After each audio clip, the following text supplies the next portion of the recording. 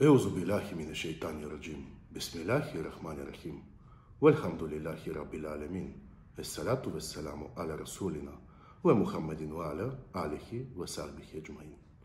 Esselamu aleyküm ve rahmetullahi ta'ala ve berekatuh. Уважаеми братя и сестри мюсюлмани, днес ще говорим за науката и ислямът.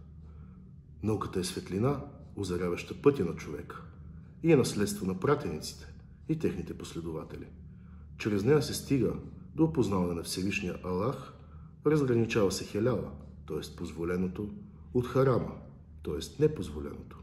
Тя е признак за интелигентност и начетеност. Затова ислямът отдава огромно значение на науката и е открит враг на невежеството.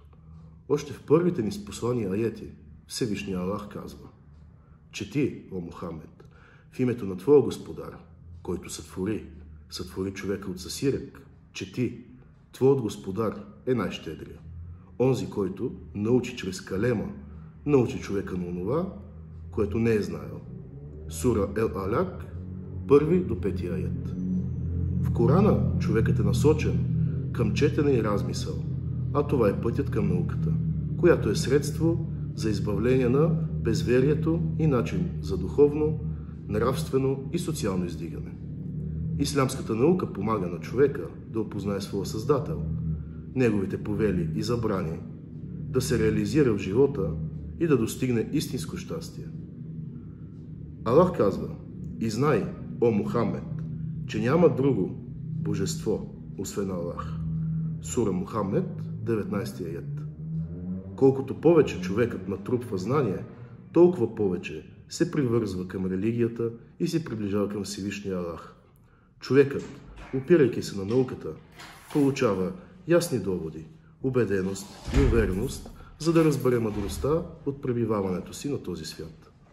Относно знаещия, невежия човек, Аллах Субханаху ва Тааля казва на Мухаммед салалаху алейхи ва селям: Кажи, нима са равни онези, които знаят, и онези, които не знаят. Получават се само разумните хора. Сура Ез-Зумер, 9 аят. Азиз джамаат, науката е помощник на човека, за да стигне до напътствие. Тя променя начина му на живот, прави го щастлив на този свят и му осигурява спасение в задгробния живот. Всевишния Аллах напътства да се прави дуа за увеличаване и обогатяване на знанието, като казва в сура Таха, 114 аят: И кажи, Господарю мой, надбави ми знание, и обещава да издигне онези, които вярват и са дарени с наука, казвайки: Аллах ще въздигне по степени онези от вас, които вярват и са дарени със знание. Сура Ел-Муджаделе, 11 аят. И пейгамбера салалаху алейхи ва селям казва: Който пътува в търсене на знание, Аллах му облегчава пътя за дженнета.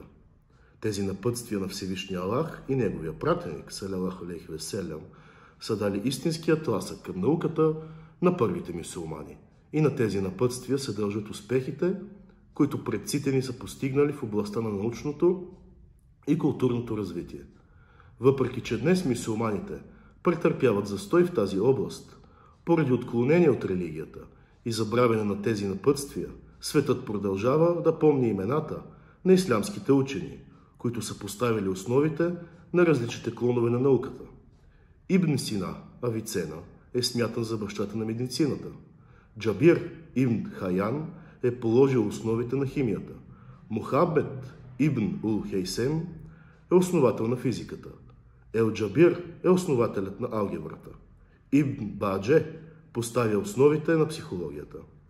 Ибн Халдун и Ибн Джерир ет-Табери са положили основите на историята.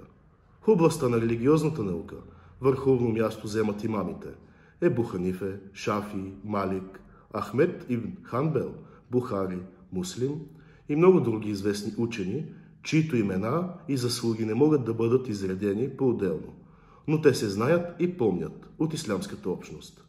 А градовете Медина, Багдад, Басра, Куфе, Дамаск, Кайро, Кордова, Бухара и много други се превърнали в научни и културни центрове.